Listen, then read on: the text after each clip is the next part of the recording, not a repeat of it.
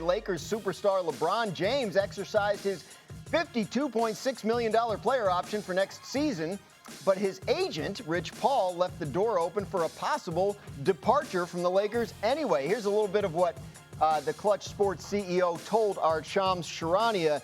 We understand the difficulty in winning now while preparing for the future. We do want to evaluate what's best for LeBron at this stage in his life and career. So we went over this a little bit earlier in the show. Windy, obviously it seems like it's going to be almost impossible for the Lakers to trade him, not very sensible for him to buy him out. But sometimes the player makes an issue with this to the point where the team has to do something. So let's live in a speculative world where LeBron wants out and does get traded. How does that happen?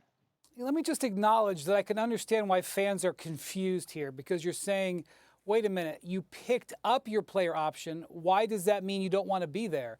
And I agree, it is confusing, and I'm sorry about that. But in this case, LeBron picking up his player option represents something he's never done before in the history of his career, which is 2+ decades long. So because he has a no trade clause, a trade here is just really not realistic. Now, I'm not saying if you want to have fun with your friends, go on to the ESPN trade machine, send them to your buddies, put it on your group chats, tweet it out, whatever. It's just not something that's going to happen because LeBron controls the trade. He would control where he goes. He would control what he would get traded for. And it just makes way more sense for the Lakers to say, LeBron, we'll see what training camp where we're going to pair you with Luka Doncic and have 2 all-NBA players and try to win the Western Conference. That is what the Lakers want. There is not a trade that exists that will make sense and make the Lakers better than just having LeBron report in the fall.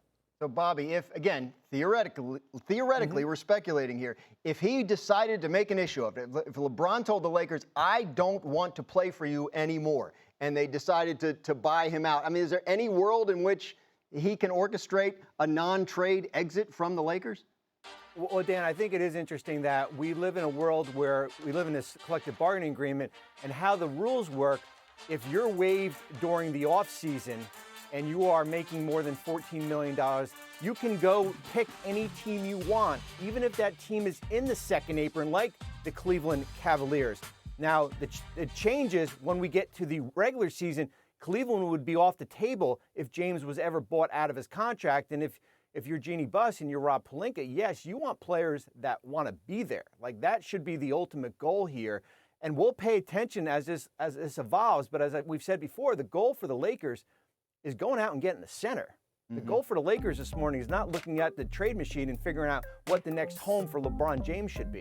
Well, and by the way, what do the Lakers want to do? They want to impress Luka Doncic and show they're a team that could compete for championship in the future, right? If you say, hey, LeBron James, we'll let you walk away from this money and go play somewhere else and leave our team with no chance to be competitive this year, if I'm Luka Doncic, I'm going to the Lakers saying, why am I here? Like, why do I want to be on the Lakers? Because now you've completely crippled our chances of having any sorts of competitive roster this year. I'm just wasting a year of my career. So on no level does it make any sense to me for the Lakers to do that. Fair enough. But the reason we're having this conversation is because LeBron's agent felt the need to say something that referred to the possibility that the present-day Lakers are not, going to be a team that competes at a high level for a championship. So if that's the case, and if we're not making something out of nothing, then if Bobby mentions Cleveland, is that a sensible place for him to finish his career? I mean, look, certainly if you're going to say if LeBron James could pick somewhere to go, you could say go back to Cleveland, play a year with a team that won 64 games and would be the heavy favorites to win the Eastern Conference and maybe win another title. That's a storybook ending to his career. However, there's a whole lot that has to happen between here and there for that to actually be some sort of outcome we're going to get to. And it just doesn't make a lot of sense to me because of the guy we keep showing in this highlight throwing the pass. Like, the Lakers need Luka Doncic to be happy, and the happiest Luka Doncic is going to be for the next 8 or 12 months while he's officially a Laker right now is to have this guy, LeBron James, playing next to him. By the way, on a team that won 50 games last year, and if they add a center, could be a team that is a top 4 team in the West again, and we'll see what happens in the playoffs with 2 of the best players in the league on their team. That's why I was confused by Rich Paul's statement. Because that's why everyone is confused by Rich Paul's statement. This was the 3rd seed in the West, right? Yes. So, I mean, here's the thing. Everyone is confused because, again, LeBron opted into his contract, and then they put out this statement. Right. If you really wanted to test your future, if you wanted to look around and see what was going to happen, the way to do that would be to opt out of your contract. As someone an executive in the league said to me yesterday, things would have really been crazy in this situation if LeBron had actually opted out and had given himself the ability to be an unrestricted free agent, to test the open market, to see what he wanted to do.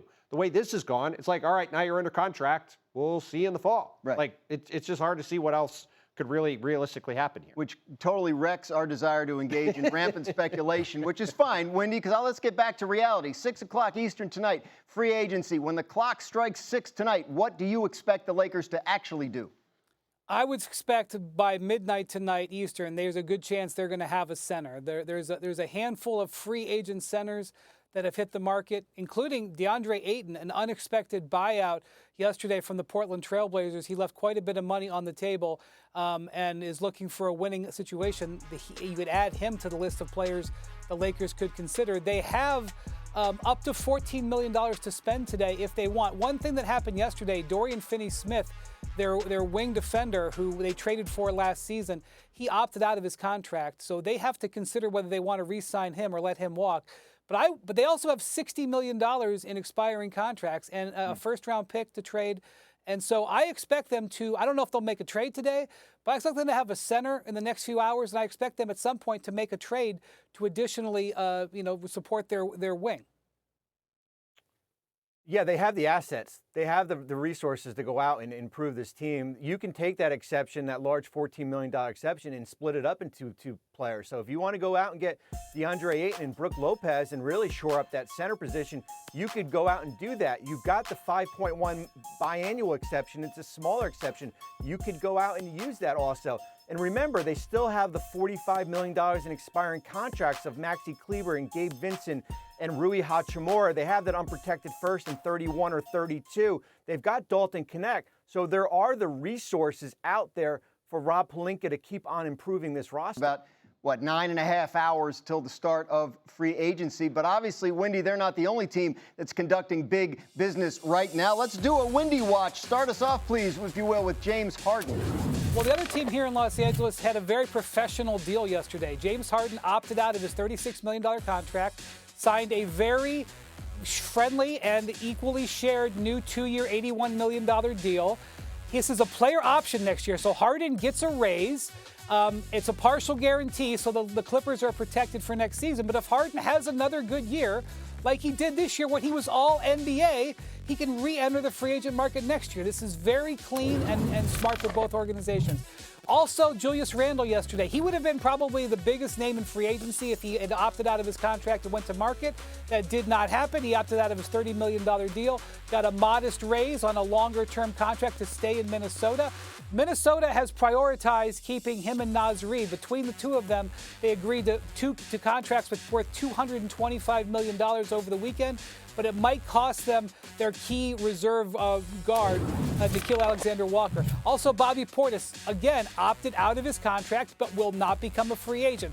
A 3-year, $44 million deal agreed to yesterday. This is essentially for about what the mid-level exception is. There is a question in Milwaukee, what will happen to Brook Lopez? He has been their franchise center for years now, and Portis is not really a starting center. So the Bucks have to worry about what happens with Lopez if he goes elsewhere. But Portis, who's a fan favorite in Milwaukee, will stay there. Of course, one of the reasons we're paying such close attention in Milwaukee is the status there of Giannis Antetokounmpo. Bobby, we've talked a lot about how they have to do something to convince him that this is the team he wants to play for long term. Bobby Portis move, does that move the needle there? Not for today, but it's a step 1. And I think there's going to be a step 2, 3, and 4. I would certainly keep an eye on DeAndre Ayton as a possible shooter in Milwaukee. I think that certainly fills a need. 2 of their free agents, of course, Gary Trent Jr. and Kevin Porter. Those players certainly would fit. They do have the money to bring back both players. So this is going to be a gradual process as far as how they go out and continue building the roster. The biggest hole, though, that they have to fill is the point guard position, because your starter, Damian Lillard, is going to be out for an extended period of time. So that is certainly a priority for John Horst, their general manager, over the next couple days. Yeah, the Bucks have to get a point guard. If Brook Lopez leaves, they have to get a center. They've got to add perimeter defense and athleticism. They've got to add shooting. They have a lot of holes to fill if they want to be a good enough team to be a top 4 team in the Eastern Conference, which gives you a realistic chance, Graz, of being a team that can make a run in the playoffs, which is what Giannis Antetokounmpo is going to expect. And when you look around the East, even with the Jason Tatum and Tyrese Halliburton injuries, you've got the Cavs, you've got the Knicks, the Orlando Magic go get Desmond Bane. The Hawks have had a great summer. They're a team that's potentially in play for DK Alexander-Walker. As Brian mentioned earlier, got Kristaps Porzingis. There is a lot of competition for the Bucks to try to get by, and they already were a team that was a first-round and out team last year with Damian Lillard healthy. Now Damian Lillard is not. Wendy, that's a pretty long list Tim just gave us of stuff the Bucks need to do. How do you see this all playing out, particularly as it pertains to Giannis's future there? The Bucks do not control their first-round pick for the next 5 years. They can't trade any of them. And so I honestly do not see how the Bucks are going to be a team that at the end of the week we look at and say that's a guaranteed top 4 team. And basically, I think Giannis has sort of let them off the hook to a certain extent. He did not apply pressure this offseason by sort of making it clear that he didn't necessarily want to be there. He has just basically done his regular offseason, gone overseas and been with his family. And the Bucks, who are really strapped from spending and an asset perspective, I don't see as much they can do. And a lot of teams that think that they could trade for Giannis have been watching this very closely. And teams like San Antonio or Houston or Miami or New York, they specifically have stayed out of other major transactions and in Houston's case, saved assets in the Durant trade to potentially chase Giannis. And the reason they did that was because they're not sure Giannis is going to look at the Bucks' work this week and think that's a team that compete either. Well, we'll certainly get a better idea here over the next day or so what Milwaukee is up to. NBA free agency period officially begins today at 6 Eastern, and we will have our NBA Today free agent specials today and tomorrow at 7 Eastern on ESPN.